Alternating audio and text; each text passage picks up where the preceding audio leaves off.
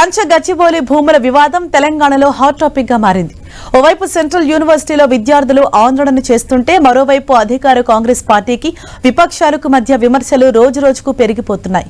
భూములు అమ్మితే గాని ప్రభుత్వం నడవదా అంటూ బీజేపీ ప్రశ్నిస్తోంది. ఈ వివాదం హైకోర్టు ముందుకొచ్చింది. ఇరుపక్షాలు ఎవరి వాదన తాము వినిపించారు. ఇటు కంచ గచ్చిబౌలి విషయంలో కేంద్రం కూడా స్పందించింది. ఈ వ్యవహారంపై వివరణ ఇవ్వాలని తెలంగాణ ప్రభుత్వాన్ని కోరింది.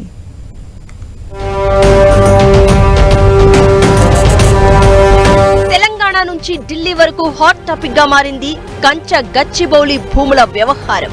ఈ అంశంపై హైదరాబాద్ సెంట్రల్ యూనివర్సిటీ దగ్గర హైటెన్షన్ కొనసాగుతోంది. భూముల వేలం ప్రక్రియ నిర్ణయాన్ని వెనక్కి తీసుకోవాలంటూ ఆందోళన చేస్తున్న విద్యార్థులపై పోలీసులు లాఠీచార్జ్ చేశారు. దీంతో హైటెన్షన్ వాతావరణం నెలకొంది.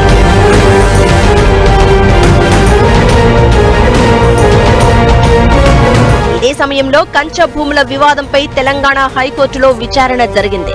ఈ సందర్భంగా కీలకమైన ఆదేశాలిచ్చింది న్యాయస్థానం. తదుపరి విచారణ జరిగే వరకు వివాదాస్పద ప్రాంతంలో చెట్లను నరకవద్దని, ఎలాంటి తొలగింపు చర్యలు చేయొద్దని తెలిపింది. విచారణ సందర్భంగా ప్రభుత్వం, పిటిషనర్ తరపున వాదనలు గట్టిగా సాగాయి.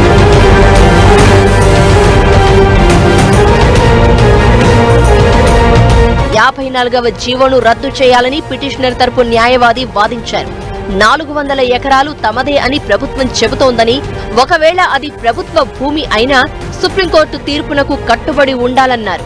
కోర్టు తీర్పు ప్రకారం అటవీ ప్రాంతాన్ని కొట్టివేయాలంటే నిపుణుల కమిటీ వేయాలని కోర్టు దృష్టికి తీసుకెళ్లారు. వివాదాస్పద భూముల్లో 3 చెరువులు, రాక్ స్ట్రక్చర్స్ ఉన్నాయన్నారు. కొన్నాళ్లుగా హెచ్సియులో విద్యార్థులు నిరసనలు చేస్తున్నారని కోర్టుకు తెలిపారు.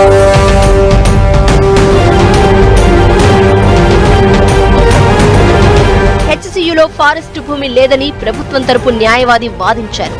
ఇది ముమ్మాటికి ఇండస్ట్రియల్ భూమే అన్నారు. కేవలం గూగుల్ మ్యాప్ ఆధారంగా రాద్ధాంతం చేస్తున్నారన్నారు. ఇరుపక్షాల వాదనలు విన్న తర్వాత గురువారానికి విచారణ వాయిదా వేసింది న్యాయస్థానం.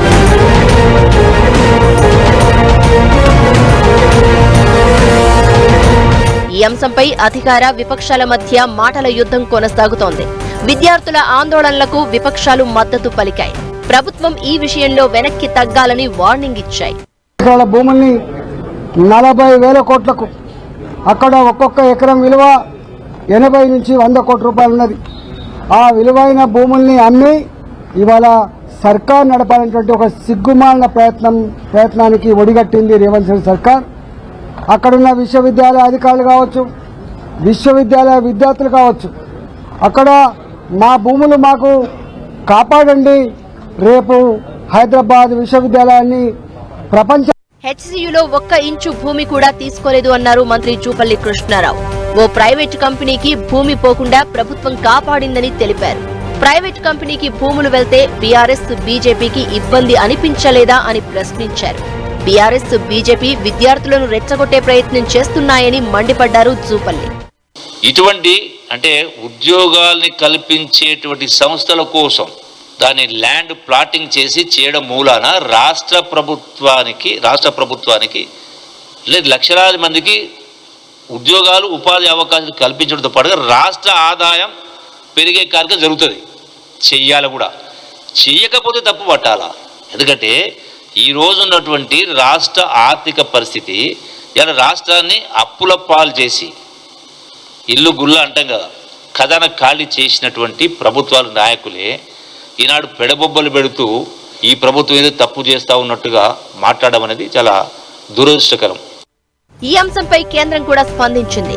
భూ వివాదంపై రాష్ట్ర ప్రభుత్వ వివరణ కోరింది.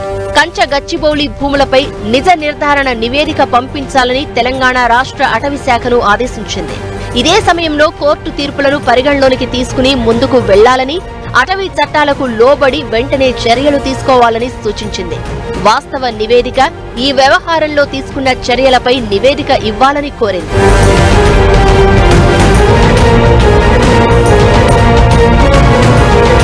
అటు హెచ్సియులో విద్యార్థుల ఆందోళనలు, ఇటు అధికార విపక్షాల మాటల యుద్ధం. హైకోర్టులో విచారణ ఒకవైపు, ఈ వ్యవహారంపై వివరణ ఇవ్వాలంటూ రాష్ట్ర ప్రభుత్వాన్ని కేంద్రం కోరడం. మొత్తం మీద హెచ్సియు, కంచ గచ్చిబౌలి భూముల వివాదంపై ఉత్కంఠ కంటిన్యూ అవుతోంది.